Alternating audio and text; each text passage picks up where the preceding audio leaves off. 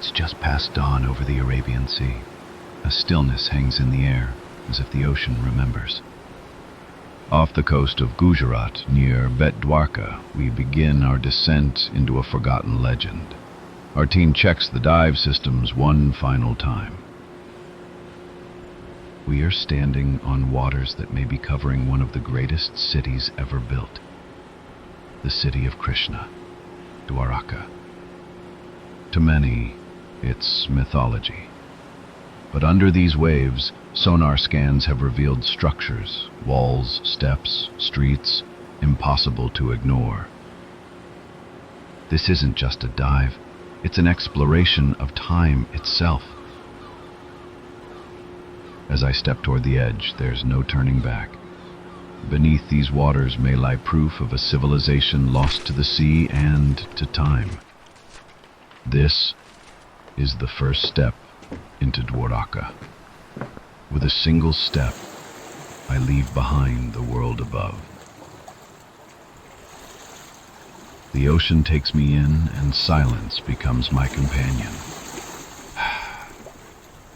As I descend, sunlight fractures into silver spears, and the deeper I go, the older the silence becomes.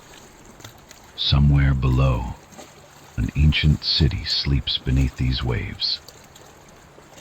30 meters, 45, 52. Every meter pulls me closer, not just through space, but through time. Life still thrives here, unaware of the legends buried beneath. The ocean forgets nothing, it only hides. Then it emerges, not a rock, not a reef, but a column, carved, ancient, standing defiant beneath the sea. A pathway appears beneath the silt, a road once walked by kings, now ruled by silence and coral. The geometry is unmistakable, crafted, not natural. From above, the city takes shape. Pillars, grids, courtyards, the skeleton of a forgotten civilization. This could be Dwaraka. And then, a symbol, the conch, Shankha. A mark not of erosion, but of devotion. And in a single breath, the past awakens. Stone turns to gold. The silence of ruin gives way to the song of a living city. This was Dwaraka, not a myth, but a marvel. A sacred city of water and stone built in divine symmetry, a jewel upon the ocean's crown. Its streets pulsed with life. Merchants, sages, warriors, all walked under the gaze of Dharma. The air rang with conch shells, chants, and the promise of prosperity. At its heart, the palace of Krishna, serene, a sanctum of peace and power carved in light. Here ruled a king who was also the eternal. From sea to skyline, Dwaraka breathed with order and devotion. A city born of divine will and destined to vanish beneath the very waters that once cradled it. I reach out and touch the past. Time crumbles under my fingers, but meaning remains. The echo fades, and with it, the vision vanishes. Only the ocean remains, ancient and unbroken. In this silence I feel it, a presence, not gone, but waiting. This was once the city of Krishna. As I descended deeper into the silence, the light grew dim. But then I saw it, something unnatural jutting from the sands. Not a reef, not a rock. A pillar, ancient, broken, calling out across time. Even after centuries beneath the sea, the stone still spoke. Faded carvings, elephants, sacred patterns, etched by a civilization that once stood proud above these waters. Nature had claimed it, but not erased it. I reached out, slowly, brushing away the silt like dust from a forgotten memory. Beneath my fingers, the unmistakable curve of an elephant's tusk, the mark of purpose. This wasn't chance. This was Dwaraka. From above, it became clear. This wasn't a lone fragment, it was a canvas. Carved into stone were sacred beasts, elephants, horses, peacocks, all arranged with purpose. Each line, each symbol, telling a story lost to time, but not erased. A feather, a wheel, just fragments, but in them I could see a world. The elegance of a peacock's plume, the spokes of a royal chariot, frozen in coral and silence. These were not just decorations, they were identity, culture, devotion. Block after block, the pattern continued, like pages from a submerged scripture, aligned and deliberate. Could this have been a wall? A temple base? This wasn't nature's work, it was architecture, and behind it, an ancient intelligence. And then, it happened. As if the stone itself remembered, the ruins shimmered, shifted, and what was broken began to rise again, not in reality, but in memory. I wasn't just seeing, I was remembering. There it stood, Dwaraka. Not a legend, not a tale, but a living, breathing city of divine light. Golden domes kissed by the sun, white marble palaces stretching to the sea, a kingdom shaped by the gods themselves. At the heart of it all, Vishwakarma, the divine architect. With hands that shaped the heavens, he carved this sanctuary for Lord Krishna. Every pillar, every arch bore the signature of celestial design. And there stood Krishna, not as a myth, but as a king, a guide, a protector. His gaze held the weight of an eternal promise, that this city, this Dharma, would never be forgotten. The streets were alive, not just with trade, but with devotion. Merchants called out, dancers spun through temple smoke, and golden chariots rolled past flower-strewn altars. This was no ordinary city. This was a sacred rhythm made real. A child laughed as he chased a peacock through sunlit courtyards, and for a moment time vanished. Here was innocence, joy, divinity, woven into everyday life. In Dwaraka, even the ordinary was touched by the sacred. Towering temples, domes of gold, and lotus ponds stretching beneath marble colonnades.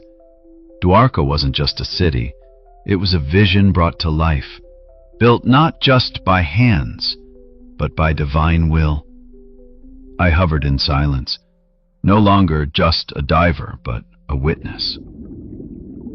The pillar before me, broken, weathered, now shimmered with what it once was. For a moment, the past and present breathed together. These weren't just ruins, they were echoes, fragments of a forgotten rhythm, a sacred geometry lost beneath time and tide. Dwaraka had not vanished. It had only changed form. A stone peacock, still, silent. But in my mind's eye, its feathers danced once more. It reminded me, the soul of a city is never lost, only hidden, waiting to be remembered. Behold, Dwaraka, the city of legends, where the ocean kisses sacred stone, and time itself seems to stand still.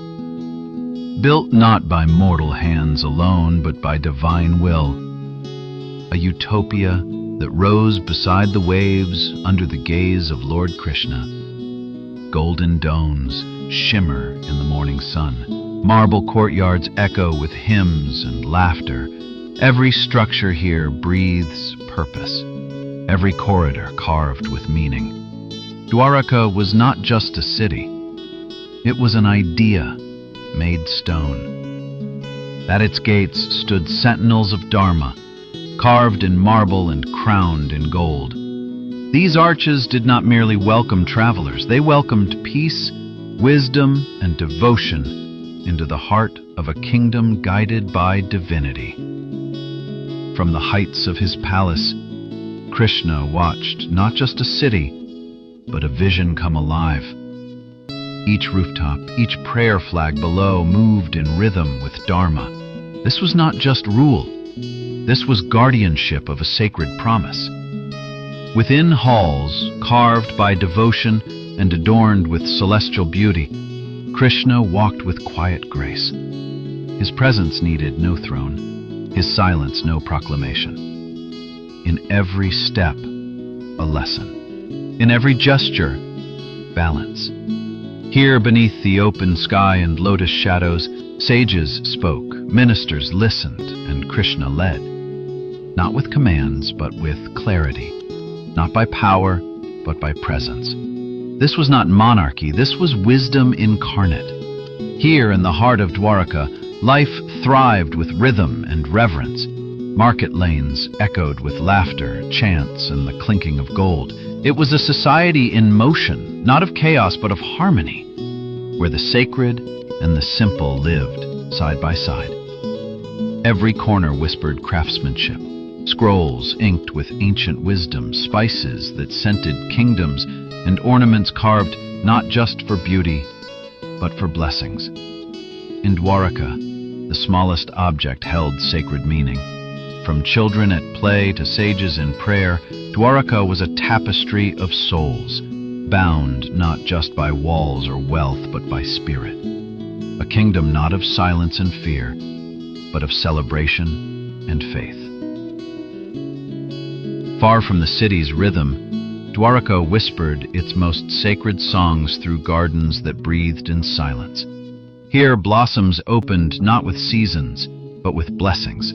Peacocks danced beneath flowering trees, and birds traced hymns across the sky.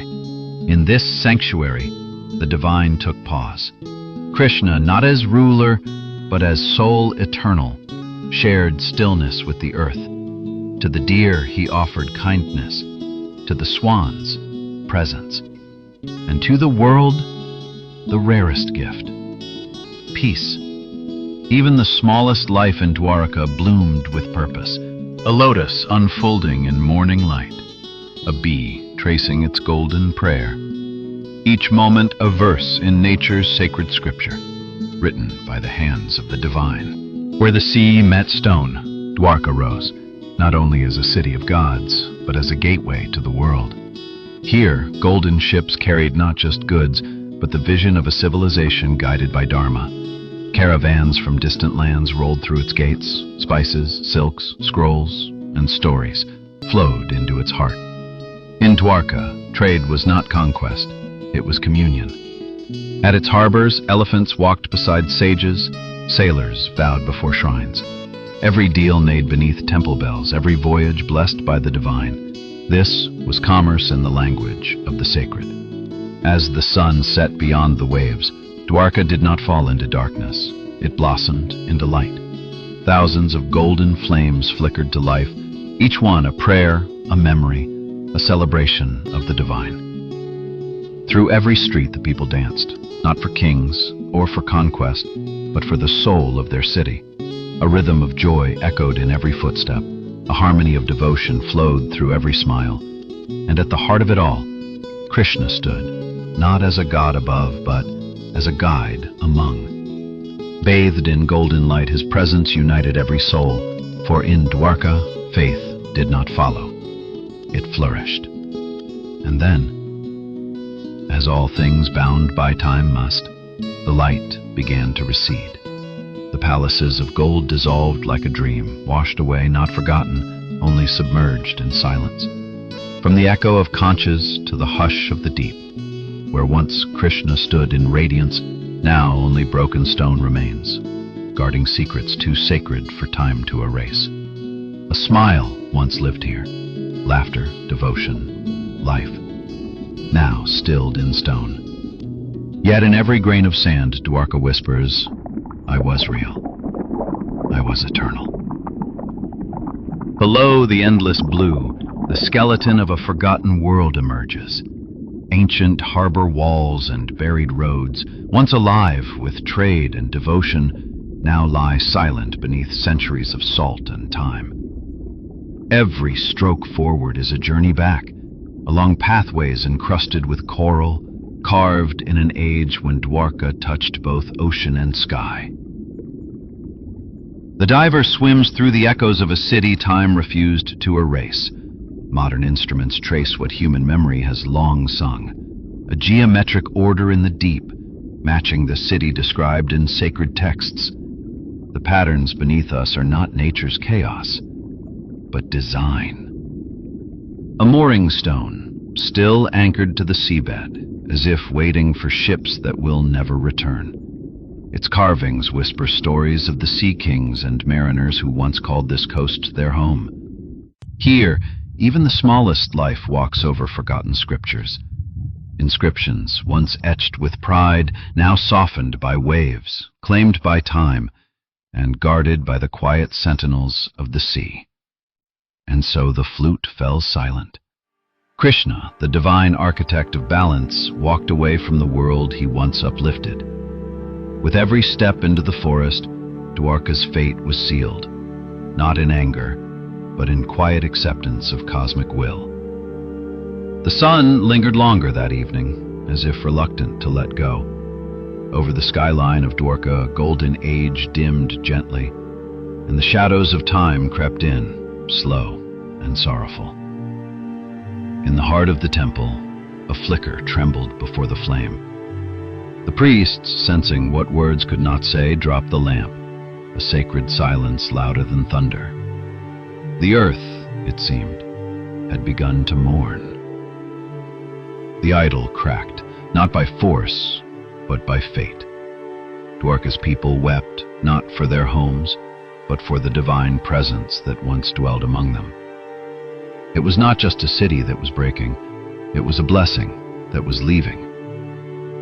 As peace lingered on one side of the city, the other stirred with uneasy winds.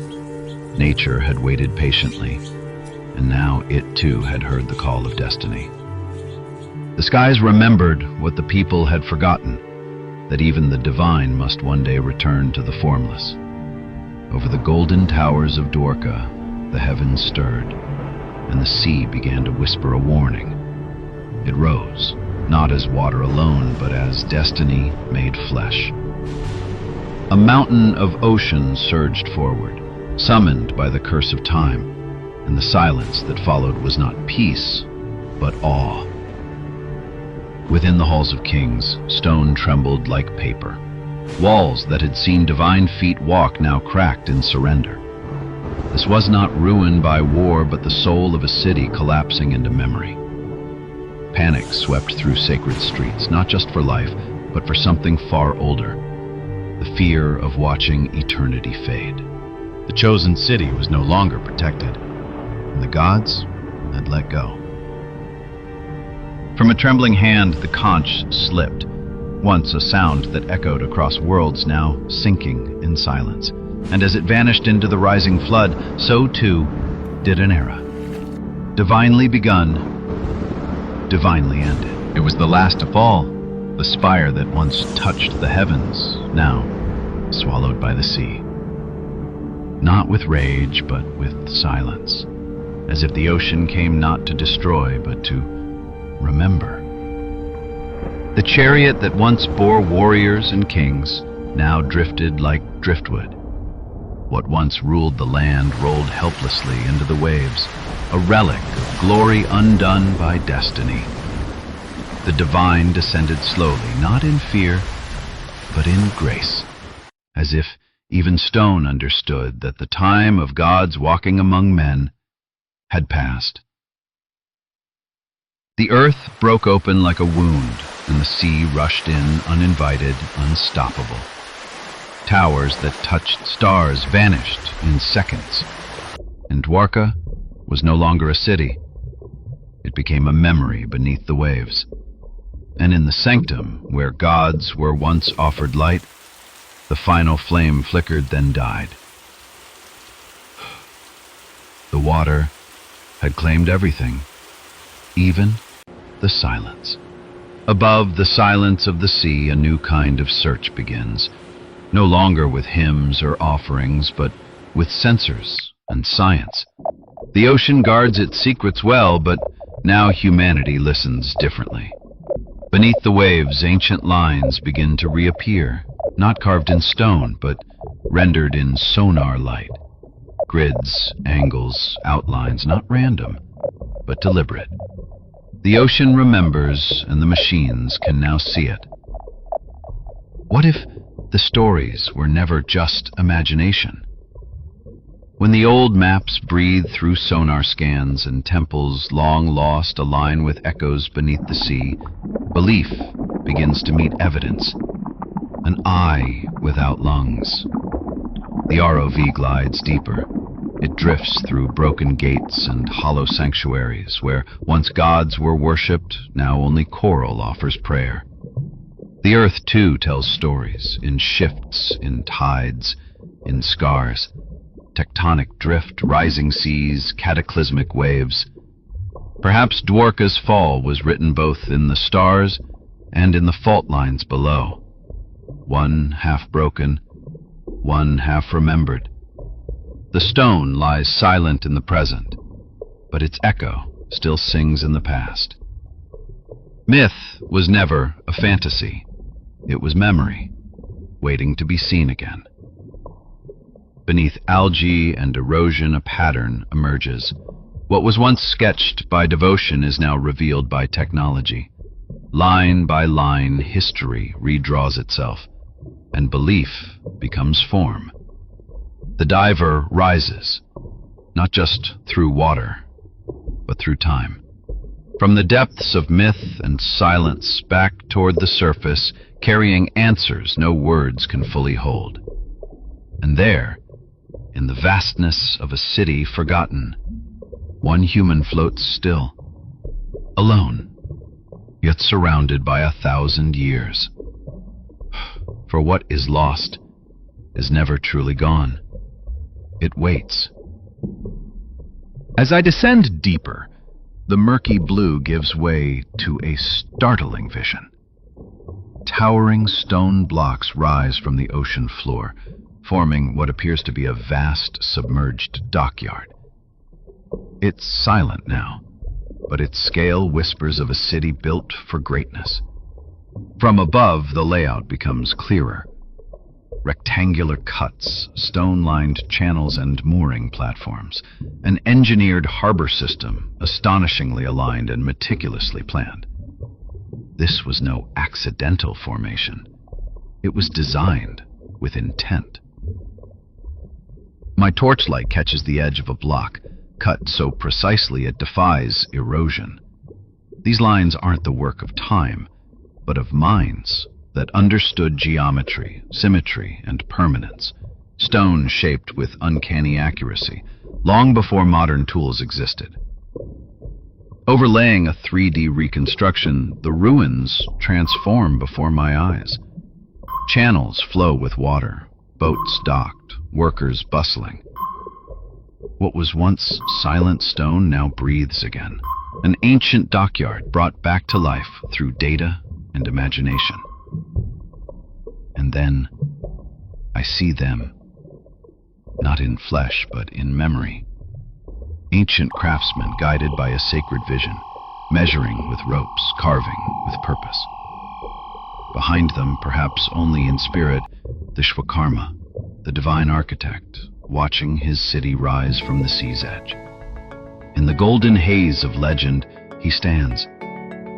Vishwakarma, the divine architect, measuring not just stone, but destiny. With tools of light and knowledge beyond our age, he guided the birth of a city that defied the ages. Around him, mortal hands moved with divine purpose. Chisels struck stone with rhythm born of the stars. These were not just builders. They were alchemists of space, aligning their craft with sun and shadow, planet and prayer. And as their vision unfolded on palm leaf scrolls, it now rises again, through modern minds and digital lines. Ancient blueprints echo in our circuits, as if memory itself was carved into the very bones of the earth. Even the sacred stone bore the breath of devotion. Priests traced yantras and mantras with vermilion and ash, not as decoration but as invocation.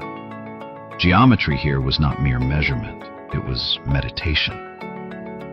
Dwaraka, a city drawn like a cosmic mandala, its streets flowing outward like mantras from a sacred center. Symmetry, intention, and beauty. This was a civilization not just built to survive, but to resonate with the universe itself. Beneath the silence of the sea lies a system far from forgotten. Submerged water tanks and stepwells, carved with such order that even now they whisper of purpose. Every stone ledge, every slope, was crafted to capture, conserve, and cleanse. One side shows decay, stone-cracked, silence reigning. But shift the lens of time and water flows again. Channels rush with clarity, communities gather with reverence. This wasn't just architecture, it was living science, woven into the rhythm of daily life. Overlay the ruins with data, and Dwaraka speaks again. A system of aqueducts and flow routes, mapping terrain with near mathematical elegance, designed not just to survive nature, but to work with it. By torchlight and moon shadow, the planners of Dwaraka shaped a city like a mantra, drawn not in lines, but in meaning. Circles within squares, symmetry guided by stars. Every turn, every temple aligned to purpose and to the cosmos. Above, the heavens were not merely watched, they were inscribed. In domes and corridors, celestial alignments were etched in stone, tracking sun, moon, and memory. This was not a city of chance. It was a dialogue between the earth and the divine. As the heavens turned, so did Dwaraka, aligned not by accident, but by intention. The city's central avenue points directly to the solstice sun, a silent testimony carved in stone, guided by the rhythm of stars. These pillars weren't just supports, they were instruments of alignment, pointing toward Sirius, toward the pole star, toward constellations that guided rituals and harvests. Architecture here was also astronomy, built with the cosmos in mind. Etched into stone a sundial and more, a calendar of planets, a record of lunar phases, symbols that once captured the dance of time. This was not merely decoration, it was observation, encoded in sacred form. Above the temples, the stars still move in silent circles, night after night, season after season. The same paths once used to guide the design of a city in tune with the universe. Dwaraka was not just of the earth, it was aligned with the sky, and behind it all, minds that saw the stars not as mystery but as method. Sages who drew geometry with ink and feather, tracing orbits, marking nakshatras. In their hands, the cosmos became city, and the city became sacred. In the shadows of the deep, a chisel mark endures. The carving shows a flying chariot, its form too detailed to ignore. Were these merely symbols of imagination, or glimpses into a language we've forgotten how to read? In the memory of myth, it rose, a vimana, not of metal and wire, but of vision and reverence. Shimmering above the city of gold, it moved as effortlessly as thought, leaving behind only stories that refused to fade. When viewed not as machines but metaphors, these flying vessels tell a different tale, of energy, of consciousness, of cosmic alignment. Perhaps not meant to be built, but to be understood. From the walls of time, a warrior stands eternal, bow aglow with force, surrounded by power lines drawn in pigment and prayer. Could these be metaphors for inner strength, or remembrances of weapons wielded in a forgotten age? Scriptures speak, ruins echo, carvings whisper. Are these just stories born of devotion and dream, or are they echoes? Encoded messages from a civilization that knew more than it told and remembered more than it claimed. From far above, the ocean floor reveals its secrets, faint lines, barely visible, carved into sand and time. When overlaid with ancient geometry, a pattern begins to form. Roads, blocks, design. Zoom in, and the illusion breaks. The lines evolve into streets, structures rise, sounds return, imagined, remembered. Could these ghostly grids beneath the sea be echoes of a city that once breathed and thrived? Suspended in silence, the diver sees it clearly. Outlines in the seabed, too deliberate to be chance. The sand has buried the city, but not its intelligence. Science gives us coordinates. Myth gives us memory. When the two are placed side by side, the line between them begins to blur. What was once legend may also be legacy. And so, Dwaraka fades, from gold to stone, from story to silence. But its blueprint remains, not just beneath the sea, but within us. A question waiting to be asked again. Time has not erased every trace. Beneath layers of sand and centuries of silence, a broken hand, a sacred eye, still endures. Nature may have claimed it, but its presence whispers of something divine. I move gently, not as an explorer, but as a pilgrim. Every grain of sand I brush away feels like peeling back memory, revealing not just stone, but a forgotten soul of the city. Through my mask, I see more than ruins. I see the outline of faith, of devotion. A city that once knelt before these very forms. Even here, submerged and broken, the divine still speaks. The temple stood once, golden, alive, divine. Its pillars echoed with chants, its stones kissed by flame. Now, only shadows remain. But when you align the past with the present, you see it still stands in memory. I swim through what was once a sanctum. Stone steps now lead into silence, where once they welcomed the feet of pilgrims. Fish glide where priests once prayed. The sacred breathes here still, in ruin, in rhythm. A flicker. Was that torchlight? Or just my mind remembering? For a moment the walls glow, the chants return.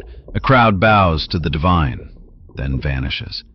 The temple speaks, not with words, but with echoes. I stop and let the silence speak. Down here, where no voice should carry. For a fleeting moment I see it, or feel it.